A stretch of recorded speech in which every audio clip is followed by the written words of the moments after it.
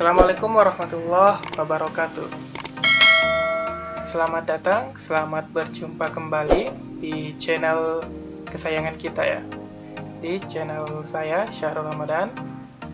Nah, untuk video ini kita akan membahas mengenai kelanjutan materi perkuliahan untuk mata kuliah umum Bahasa Indonesia. Nah, di materi sebelumnya kan kita sudah bahas mengenai pengembangan dan perluasan kalimat serta jenis-jenis kalimat. Sekarang kita akan membahas mengenai kalimat efektif. Jadi kita akan lebih membahas mengenai bagaimana penggunaan kalimat-kalimat sehingga kalimat tersebut akan menjadi lebih efektif, entah dalam menyusun makalah, membuat penelitian, dan laporan-laporan ilmiah lainnya.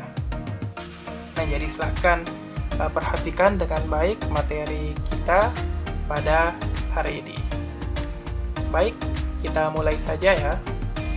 Nah, terkait dengan kalimat efektif, ini tentu saja kita mulai dari definisinya dulu. Nah, kalau berkenan dengan kalimat kan kita sudah memahami, kita sudah membahas dari pertemuan-pertemuan sebelumnya. Nah, kalau kalimat efektif yaitu kalimat yang dapat mengungkapkan gagasan penutur atau penulis secara tepat sehingga dapat dipahami oleh pendengar atau pembaca secara tepat pula. Nah, jadi apa yang menjadi inti dari kalimat efektif adalah informasi yang disampaikan oleh pembicara atau penulis itu sama dengan informasi yang diterima oleh pembaca atau pendengar. Dengan kata lain, dalam kalimat efektif ini, informasinya harus jelas dan mudah dipahami oleh pendengar atau pembaca. Nah, kalimat efektif ini tentunya memiliki beberapa ciri atau karakteristik yang sangat penting untuk kita pahami. Nah, sebelum kita masuk ke sana, kita juga harus memahami juga mengapa kira-kira kalimat efektif ini penting bagi kita. Kalimat efektif ini penting khususnya untuk mahasiswa atau pelajar ya, dalam menyusun sebuah laporan, entah itu laporan ilmiah berupa makalah, berupa laporan penelitian, tugas akhir, skripsi, tesis, atau disertasi. Jadi, dengan menggunakan kalimat efektif, maka informasi yang ada dalam tulisan tersebut atau dalam laporan tersebut itu dapat mudah dipahami oleh pembaca. Dengan begitu, maka informasi yang ada dalam laporan tersebut pun dapat dipahami, dapat diserap oleh pembaca, dan mereka juga dapat memahami bahwa laporan kalian itu isinya seperti ini. Maka penting untuk kita pahami kalimat efektif. Dan tidak cukup sampai di situ. Kita juga harus bisa menggunakan atau memanfaatkan kalimat efektif ini dalam kehidupan, terutama dalam menulis laporan. Nah, hal ini dikarenakan yang saya perhatikan dari pengalaman, saya melihat beberapa mahasiswa itu masih memiliki kekurangan dalam menyusun sebuah laporan, entah itu laporan ilmiah berupa makalah maupun tugas-tugas akhir berupa skripsi dan yang lain. Nah, mereka dalam penyusunan kalimat-kalimatnya itu masih temukan itu kalimat-kalimat yang tidak efektif. Nah, maka dari itu perlu kita pahami, perlu kita mengerti kalimat efektif ini. Nah, jadi seperti itu ya. Jadi, melalui materi ini nantinya itu kalian akan mampu memanfaatkan kalimat ini dalam pembuatan makalah, laporan ilmiah, maupun yang lainnya. Baik, jadi kita sudah paham ya definisi kalimat efektif itu seperti ini. Nah, selanjutnya kita akan masuk ke ciri-ciri kalimat efektif. Nah, kalimat efektif ini memiliki beberapa karakteristik. Jadi ada 7 ya. Yang pertama itu kesepadanan. Yang kedua, kesejajaran. Yang ketiga dan keempat adalah ketegasan dan kehematan. Yang kelima dan yang keenam adalah kecermatan dan kelogisan. Yang terakhir adalah kevariasian. Nah, seperti apa penjelasan lebih jauh mengenai ciri-ciri kalimat efektif ini? Ya, mari kita bahas satu persatu. Nah, yang pertama adalah kesepadanan. Nah, kesepadanan di sini yaitu keseimbangan antara pikiran atau gagasan dan struktur bahasa yang dipakai. Nah, maksudnya apa? Jadi, kesepadanan kalimat yaitu tujuannya adalah agar informasi yang disampaikan itu tidak terpecah-pecah. Maka dari itu, kalimat yang disusun itu harus memiliki keseimbangan antara gagasan dan struktur yang dipakai. Dengan kata lain, kalimatnya tidak boleh bertele-tele dan harus sistematis. Nah, kesepadanan ini ditandai dengan adanya kesepadanan struktur dan makna dari sebuah kalimat. Nah, jadi kita lihat ya. Untuk kesepadanan ini memiliki beberapa karakteristik juga. Nah, yang pertama adalah hadirnya subjek dan predikat. Nah, jadi dalam sebuah kalimat, khususnya kalimat efektif, itu harus hadir yang namanya subjek dan predikat. Nah, kita ketahui bersama kan bahwa subjek dan predikat merupakan unsur inti dari sebuah kalimat. Maka dari itu, kehadiran mereka itu sangat penting. Kemudian, apa yang sering dilakukan oleh kita atau masyarakat ketika menghasilkan sebuah kalimat? Yaitu biasanya posisi subjek itu mengalami yang namanya kekaburan. Nah, ini biasanya terjadi karena kita menggunakan kata depan itu di awal subjek. Nah, ketika kata depan atau preposisi kita gunakan di depan subjek, maka itu atau kalimat itu akan mengaburkan subjeknya. Nah, kita bisa lihat contohnya. Nah, contoh kalimat yang tidak efektif seperti ini. Bagi semua mahasiswa perguruan tinggi ini harus membayar uang kuliah. Dengan hadirnya kata depan bagi, maka posisi subjek dalam kalimat ini menjadi tidak jelas. Harusnya kan subjeknya adalah semua mahasiswa perguruan tinggi ini. Nah, akan tetapi ketika kata depan ada di depan subjek, maka fungsi subjeknya hilang atau kabur dan menjadi fungsi keterangan. Dengan kata lain, kalimat ini tidak memiliki subjek, maka kalimatnya pun menjadi tidak efektif. Nah, bagaimana caranya agar kalimat ini menjadi efektif? Yaitu, kita bisa mengubah menjadi semua mahasiswa perguruan tinggi ini harus membayar uang kuliah. Nah, dengan kata lain, caranya mudah. Kita hanya harus menghapus kata depannya. Dengan tiadanya kata depan tersebut, maka fungsi subjek menjadi jelas dalam kalimat ini. Itu yang pertama. Yang kedua adalah tidak hadirnya subjek ganda. Nah, yang dimaksud dengan pernyataan ini adalah sebuah kalimat itu kan umumnya terdiri atas satu klausa. Nah, itu disebut sebagai kalimat tunggal. Nah, umumnya jika kalimatnya tunggal dan klausanya tunggal, maka subjeknya pun harus tunggal. Manakala subjeknya lebih dari satu, maka dia sudah menjadi kalimat majemuk. Nah, dalam kalimat efektif, khususnya dalam unsur kesepadanan, kalimat majemuk yang ada itu harusnya, khususnya kalimat majemuk setara ya, subjeknya tidak lagi ditulis dengan ganda. Nah, kita bisa lihat contohnya. Raihan pergi ke kampus, kemudian Raihan pergi ke perpustakaan. Nah, di sini kan ada dua klausa dalam satu kalimat. Ini kan kalimat majemuk setara. Nah, kalimat majemuk ini terdiri atas satu subjek, yaitu Raihan. Karena dia memiliki satu subjek, maka untuk klausa selanjutnya itu tidak perlu diulang lagi. Maka kalau dia diulang, kalimatnya menjadi tidak efektif.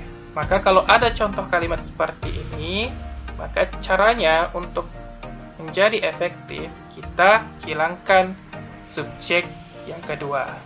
Jadinya seperti ini. Raihan pergi ke kampus, kemudian ke perpustakaan. Nah, sama halnya dengan kalimat majemuk bertingkat misalnya. Kita bisa ambil contoh. Ali tidak ke sekolah karena Ali terjebak hujan. Nah, itu kan kalimatnya tidak efektif karena ada perulangan subjek. Maka dari itu, untuk menjadikan kalimat tersebut efektif, maka kita hilangkan saja subjek yang kedua. Menjadi, Ali tidak pergi ke sekolah karena terjebak hujan. Ataukah kita bisa balik, anak kalimat itu mendahului induk kalimat. Menjadi, karena terjebak hujan, Ali tidak pergi ke sekolah. Nah, itu yang kedua, berkenaan dengan unsur kesepadanan. Tidak hadirnya subjek ganda. Yang ketiga, penggunaan konjungsi yang keliru. Nah, maksudnya apa? Untuk penggunaan konjungsi ini seringkali orang-orang itu mencampur adukkan antara penggunaan konjungsi intrakalimat dan konjungsi antar kalimat. Nah, yang namanya konjungsi intrakalimat adalah konjungsi yang menghubungkan klausa yang satu dengan klausa yang lainnya dalam satu kalimat. Nah, umumnya dia berupa kalimat majemuk setara. Nah, sedangkan konjungsi antar kalimat, ya, dia adalah konjungsi yang menghubungkan kalimat yang satu dengan kalimat yang lainnya. Dengan kata lain, posisinya selalu berada di awal kalimat, khususnya di kalimat selanjutnya, misalnya ya. Ataukah misal antara kalimat satu dan kalimat kedua, posisinya kan berada di tengah. Kalau dia antar kalimat, berarti dia berada di awal kalimat kedua. Jadi seperti itu. Nah, yang sering disalahgunakan itu ada kata hubung sedangkan dan sehingga. Nah, sedangkan dan sehingga ini sering digunakan sebagai konjungsi antar kalimat. Nah, itu yang keliru. Itu yang salah. Nah, kita bisa lihat contohnya. Nah, kami datang agak terlambat, titik, sehingga kami tidak dapat mengikuti acara pertama. Nah, ini kan kalimat, ada dua kalimat di sini. Itu kami datang agak terlambat, kami tidak dapat mengikuti acara pertama. Nah, penggunaan konjungsi sehingga yang merupakan konjungsi intrakalimat itu tidak tepat atau salah. Makanya kalimatnya menjadi tidak efektif. Nah, oleh karena itu, ini harusnya diubah. Nah, caranya seperti apa? Ya, kita ganti. Kita ganti sehingga menjadi konjungsi antar kalimat. Ataukah kita gabung saja kalimat ini menjadi satu kalimat. Nah, bisa menjadi seperti ini. Nah, kalau ini cara yang pertama adalah kita mengubah dua kalimat ini dengan cara digabung menjadi satu kalimat. Hasilnya, kami datang agak terlambat sehingga kami tidak dapat mengikuti acara pertama. Nah, jadi seperti itu ya. Ini juga sebenarnya bisa diperbaiki lagi. Jadi, bisa menjadi kami datang agak terlambat sehingga tidak dapat mengikuti acara pertama. Nah, ini kelanjutan dari yang pertama tadi. Untuk yang kedua, yang menghilangkan subjek ganda. Jadi seperti itu. Jadi kata kaminya itu dihilangkan saja untuk yang kedua. Nah, cara yang kedua adalah mengganti konjungsi intrakalimat ini menjadi konjungsi antar kalimat. Yang digunakan adalah konjungsi oleh sebab itu. Maka hasilnya akan menjadi kami datang agak terlambat, titik. Oleh sebab itu, kami tidak dapat mengikuti acara pertama. Jadi seperti itu ya. Untuk penggunaan konjungsi intrakalimat dan antar kalimat itu tidak boleh dicampur adukkan, karena akan menjadikan kalimat itu tidak efektif. Selanjutnya, tidak hadirnya kata yang di depan predikat. Nah, maksudnya apa? Kita kan sudah memahami bahwa kata yang itu merupakan bentuk perluasan dari klausa sebelum yang atau sebelumnya. Jadi kalau ada kata yang, maka dia masih kelanjutan dari klausa sebelumnya atau dari frasa sebelumnya. Misalnya, seorang polisi yang berbaju merah. Nah, maka yang berbaju merah merupakan kelanjutan atau perluasan dari frasa seorang polisi. Nah, kata yang ini tidak boleh hadir di depan predikat. Manakala dia hadir di depan predikat, maka predikatnya berubah menjadi perluasan dari subjek. Maka dari itu, kalimat tersebut menjadi tidak efektif karena predikatnya hilang. Nah, kita bisa beri contoh seperti ini. Bahasa Indonesia yang berasal dari bahasa Melayu. Nah, kita perhatikan, bahasa Indonesia menjadi subjek, dan berasal itu menjadi predikat. Akan tetapi, kalimat ini mendapatkan kata yang berada di depan predikat berasal. Nah, dengan hadirnya yang ini, maka berasal ini tidak lagi menjadi predikat kalimat. Akan tetapi, menjadi perluasan dari subjek bahasa Indonesia. Makanya, kalimatnya menjadi tidak efektif. Untuk menjadikan kalimat ini efektif, untuk menegaskan kehadiran subjek dan predikat dalam kalimat ini, maka kita dapat menggunakan cara-cara tertentu. Salah satunya kita hilangkan saja kata yang, karena dia merusak makna kalimat ini. Maka, kita dapat menggantinya dengan bahasa Indonesia berasal dari bahasa Melayu. Jadi, kata yangnya ini dihilangkan ya. Ini ada kekeliruan sedikit. Jadi, yang untuk kalimat efektif ini sebenarnya tidak ada. Jadi, dia hanya bahasa Indonesia berasal dari bahasa Melayu. Bahasa Indonesia menjadi subjek, berasal menjadi predikat dalam kalimat ini. Nah, jadi itu yang disebut sebagai karakteristik kesepadanan. Nah, yang menjadi titik fokus kita adalah hadirnya subjek dan predikat. Jadi, subjek itu tidak boleh didahului oleh kata depan. Kemudian, awal predikat atau di depan predikat itu tidak boleh diberikan kata yang. Kemudian, penggunaan konjungsinya juga harus tepat. Kapan digunakan konjungsi intrakalimat, kapan digunakan konjungsi antar kalimat. Jadi, semua unsur yang ada dalam kalimat itu harus sepadan, harus jelas. Jadi, seperti itu. Nah, karakteristik yang kedua adalah kesejajaran. Nah, maksudnya apa? Kesejajaran adalah penggunaan bentuk-bentuk yang sama pada kata-kata yang paralel dalam sebuah kalimat. Nah, umumnya kan ketika kita membuat sebuah kalimat, itu kata-kata yang ada di dalam kalimat tersebut yang sifatnya paralel, itu harus sama, harus sejajar. Ketika dalam sebuah kalimat yang kita buat ada verba atau ada kata kerja yang menjadi predikat, itu ada beberapa, maka kedudukan atau bentuk dari verba itu harus sejajar. Tidak boleh dalam sebuah kalimat ada verba aktif dan ada verba pasif sekaligus. Nah, jadi itu yang disebut sebagai kesejajaran. Kita bisa beri contoh. Nah, tahap terakhir penyelesaian gedung itu adalah kegiatan pengecatan tembok, memasang penerangan, pengujian sistem, pembagian air, dan pengaturan tata ruang. Nah, di sini ada beberapa kata yang saya sudah tandai dengan cetak tebal. Ada beberapa kata yang tidak paralel atau tidak sejajar kedudukannya. Nah, di sini kan ada kata pengecatan, memasang, pengujian, pembagian, dan pengaturan. Nah, sekali menggunakan pean atau imbuhan pean, itu maka semua katanya harus pean.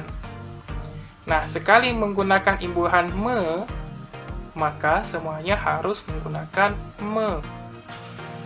Maka, kalimat ini tidak efektif. Untuk membuatnya menjadi efektif, kita dapat menggantinya menjadi tahap terakhir penyelesaian gedung itu adalah kegiatan pengecatan tembok, pemasangan penerangan, pengujian sistem pembagian air, dan pengaturan tata ruang. Jadi seperti itu. Kita setarakan atau kita sejajarkan unsur-unsur yang ada. Nah, contoh lainnya. Kalau ini yang predikatnya ya, berupa verba. Ini kan ada dua informasi atau ada dua klausa dalam kalimat ini. Maka dari itu ini merupakan contoh kalimat majemuk. Majemuk bertingkat karena menggunakan konjungsi subordinatif yaitu karena. Nah, polisi menangkap pembunuh itu karena keberadaannya telah diketahui. Ini kalau dalam satu kalimat hadir seperti ini, bentuk seperti ini, maka kalimat ini tidak efektif. Karena ada verba aktif menangkap dan ada verba pasif diketahui. Itu tidak boleh ada dalam satu kalimat.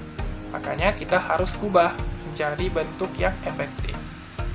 Bentuk yang efektifnya seperti apa? Jadi, kita bisa menjadikan dua verba ini menjadi sama-sama aktif, atau bisa juga menjadikan verba ini sama-sama pasif. Maka bisa menjadi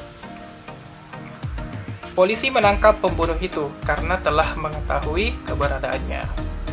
Ya, jadi redaksi kalimatnya itu bisa diubah dengan catatan maknanya itu tidak berubah. Nah, ini seperti itu, redaksi boleh berubah dengan catatan tetap mempertahankan makna kalimatnya.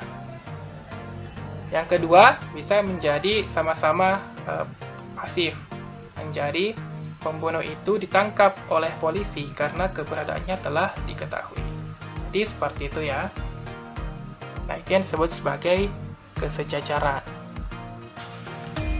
Selanjutnya adalah ketegasan. Jadi yang dimaksud dengan ketegasan adalah penekanan atau pemberian ketegasan pada ide pokok kalimat. Dengan kata lain, ketegasan adalah peletakan bagian yang ingin ditegaskan atau yang menjadi penekanan dalam kalimat yang kita inginkan itu berada di awal kalimat, agar pembaca dapat dengan mudah mendapatkan informasi tersebut. Nah, kita bisa lihat contohnya. Misal, ada kalimat seperti ini. Indonesia merdeka pada tahun 1945. Nah, kita inginkan bahwa yang kita tegaskan di sini adalah tahunnya, tahun kemerdekaan Indonesia. Maka kita bisa mengubah menjadi tahun 1945 merupakan tahun kemerdekaan Indonesia. Mengapa kita ubah seperti ini? Karena yang ingin kita tonjolkan adalah tahun kemerdekaan. Atau yang menjadi penekanan kita adalah tahun kemerdekaan. Kalau yang menjadi penekanan kita adalah negaranya, maka kita bisa seperti ini, Indonesia merdeka. Nah, yang menjadi perhatian kita atau yang menjadi penekanan kita adalah kemerdekaan dari Indonesia. Maka kita bisa menulis kalimatnya Indonesia merdeka pada tahun 1945. Nah, itu yang disebut sebagai ketegasan. Selanjutnya adalah kehematan. Nah, kehematan maksudnya adalah hemat dan tidak mubazir dalam menggunakan kata, frasa, atau bentuk lain dalam sebuah kalimat. Jadi sebuah kalimat efektif itu tidak boleh menggunakan kata-kata yang mubazir. Maka kalimat efektif itu singkat, jelas, dan padat. Tidak perlu berlebihan. Contoh yang sering kita temui. Oh ya, yang perlu kita lihat juga, untuk kehematan ini, ada beberapa kriteria yang perlu diperhatikan. Yang pertama, penghilangan subjek yang sama pada anak kalimat. Nah, ini hampir mirip ya dengan kesepadanan tadi. Nah, jadi dia penghilangan subjek yang sama pada anak kalimat. Jadi tidak perlu ada pengulangan subjek. Langsung saja kita gunakan satu subjek saja. Contoh, karena ia tidak diajak, ia tidak ikut belajar bersama di rumahku. Ini kan tidak efektif, tidak hemat, karena boros penggunaan subjeknya. Kita bisa menjadikannya efektif dengan cara, karena tidak diajak, ia tidak ikut belajar bersama di rumahku. Itu yang pertama, penghilangan subjek yang sama pada anak kalimat. Yang kedua, menghindari pemakaian superordinat pada hiponimi kata. Maksudnya apa? Nah, kita perlu tahu bahwa terdapat beberapa kata yang memiliki hubungan hipernim dan hiponim. Contoh, kata bunga merupakan hipernim dari kata mawar, dan kata mawar merupakan hiponim dari kata bunga. Nah, bisa dipahami ya. Maksudnya adalah hipernim itu adalah kata-kata yang memiliki jangkauan lebih luas atau lebih umum dari kata-kata tertentu, kata-kata yang lain. Misalnya bunga kan lebih luas dari kata mawar, maka dari itu bunga merupakan hipernim dari mawar. Nah, sebaliknya, mawar merupakan hiponim. Jadi hiponim adalah kata yang memiliki makna yang terlingkupi dari hipernim.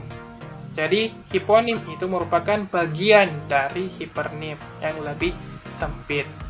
Nah, dalam karakteristik kehematan itu kita tidak perlu atau kita harus menghindari penggunaan kata-kata seperti itu.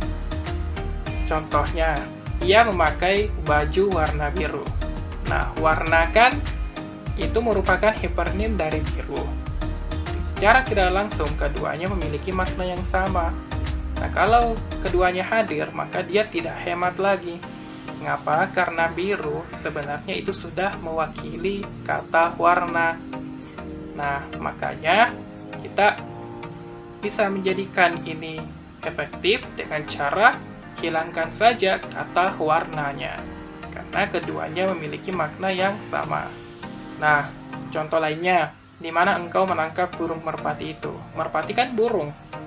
Maka dari itu, burung tidak perlu lagi hadir dalam kalimat ini. Maka, bentuk efektifnya itu menjadi yang pertama, ia memakai baju biru. Yang kedua, di mana engkau menangkap merpati itu? Nah, ini menjadi kalimat yang efektif. Jadi, hindari pemakaian superordinat pada hiponimi kata. Yang ketiga, menghindari pemakaian kata yang memiliki makna yang sama dalam satu kalimat. Nah, ini jelas harus kita hindari karena itu akan melanggar prinsip kehematan atau karakteristik kehematan dalam kalimat efektif. Contoh, dia hanya membawa pakaian saja. Nah, kata yang saya tebalkan, hanya dan saja, itu memiliki makna yang sama. Maka dari itu, keduanya tidak perlu hadir semua, hanya salah satunya saja kita pilih. Misal, dia hanya membawa pakaian, atau dia membawa pakaian saja. Nah, itu menjadi lebih efektif.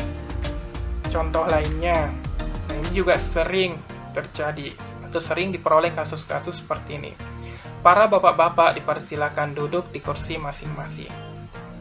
Nah, Ini kan ada kata para dan bapak-bapak yang mewakili makna jamak. Maka harusnya keduanya tidak perlu hadir. Salah satunya saja kita pilih. Bisa menjadi para bapak atau bapak-bapak. Para bapak dipersilakan duduk di kursi masing-masing, atau bapak-bapak dipersilakan duduk di kursi masing-masing. Jadi seperti itu. Hindari kata yang memiliki makna yang sama dalam sebuah kalimat. Selanjutnya adalah karakteristik kecermatan. Nah, yang dimaksud dengan kecermatan adalah kita ketika membuat kalimat atau menghadirkan sebuah kalimat itu tidak boleh menimbulkan penafsiran ganda dan harus tepat dalam menggunakan diksi. Nah, mengapa? Karena terkadang kalimat yang dibuat itu bisa menimbulkan penafsiran yang ganda. Maka untuk itu harus kita perjelas kalimatnya seperti apa agar penafsiran ganda itu bisa dihindari. Contoh, ini contoh kalimat yang tidak efektif.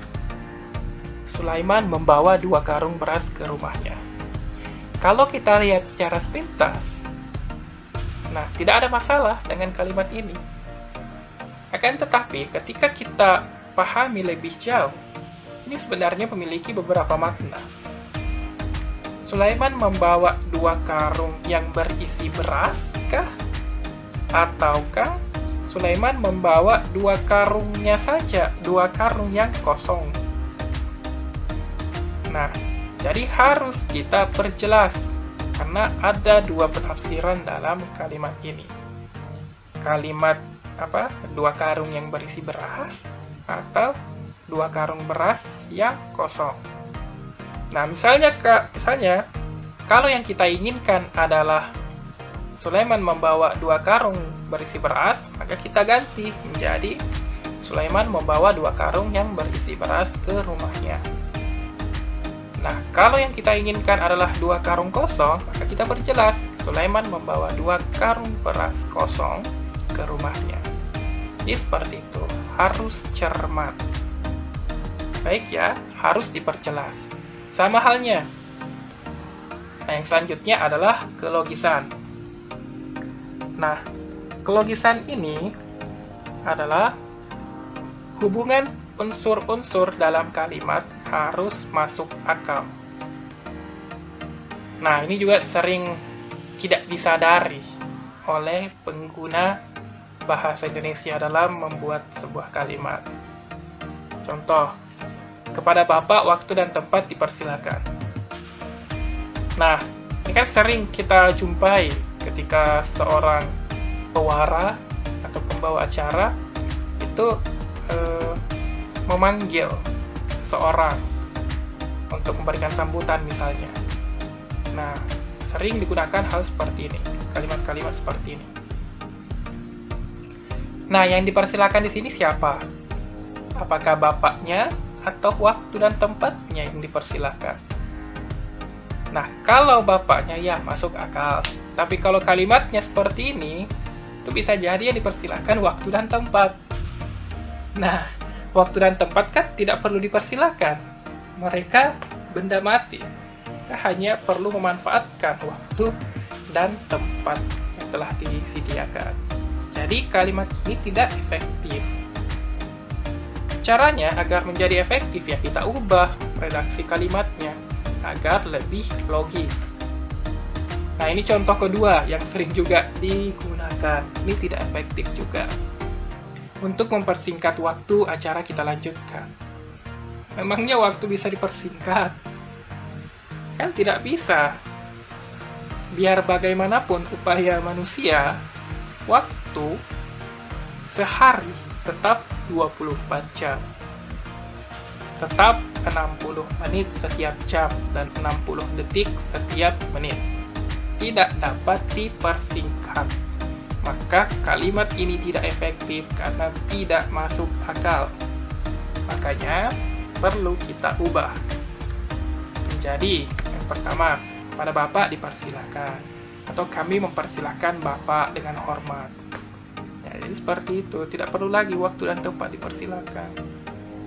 Yang kedua, untuk memanfaatkan waktu, ini ada kesalahan pengetikan ya, ini memanfaatkan spasi waktu. Cara kita lanjutkan. Nah, jadi kita memanfaatkan waktu, atau bisa juga untuk mengefisienkan waktu. Jadi kita memanfaatkan waktu secara efisien. Maka bisa juga kita gunakan yang seperti itu. Yang perlu kita hindari adalah bentuk-bentuk yang tidak masuk akal atau tidak logis. Nah, itulah yang disebut sebagai karakteristik kelodisan dalam kalimat efektif. Bisa dipahami ya? Baik. Selanjutnya adalah kevariasian. Nah, kevariasian ini sebenarnya merupakan karakteristik kalimat efektif yang tujuannya itu menghilangkan rasa bosan kepada para pendengar maupun pembaca. Nah, jadi sebuah kalimat yang kita buat itu hendaknya memiliki bentuk-bentuk yang bervariasi agar pembaca atau pendengar itu tidak bosan. Misalnya, ini kan sering kita gunakan dalam membuat laporan yang panjang, baik itu makalah maupun laporan ilmiah lainnya. Nah, contohnya seperti ini. Kalau kita menggunakan kalimat majemuk, maka kita bisa membuat kalimat majemuk itu bervariasi. Misal, Lisa membuat kue ketika nenek menjemur pakaian. Ini bisa menjadi ketika nenek menjemur pakaian, Lisa membuat kue. Kita ubah susunannya. Kan bisa seperti itu agar lebih bervariasi kelihatannya. Ini juga akan menghilangkan kebosanan pada diri pembaca atau pendengar. Ya, jadi seperti ini. Nah, ini juga yang sering hadir digunakan ketika membuat membuat makalah misalnya. Berdasarkan tabel 2.1 dijelaskan bla bla bla bla bla.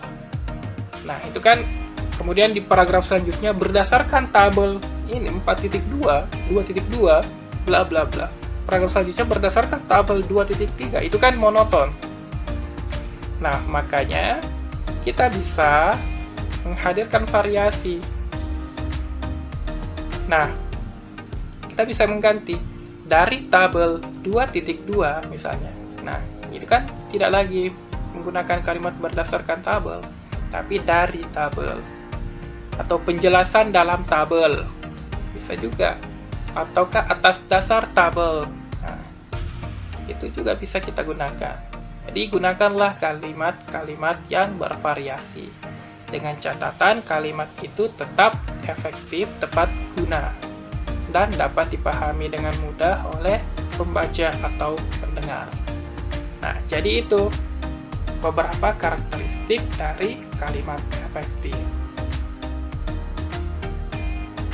Nah, jadi inilah materi kita berkaitan dengan kalimat efektif. Yang menjadi titik fokus kita adalah bagaimana kita bisa menghadirkan atau membuat kalimat secara efektif dengan memperhatikan karakteristik-karakteristik kalimat efektif yang ada.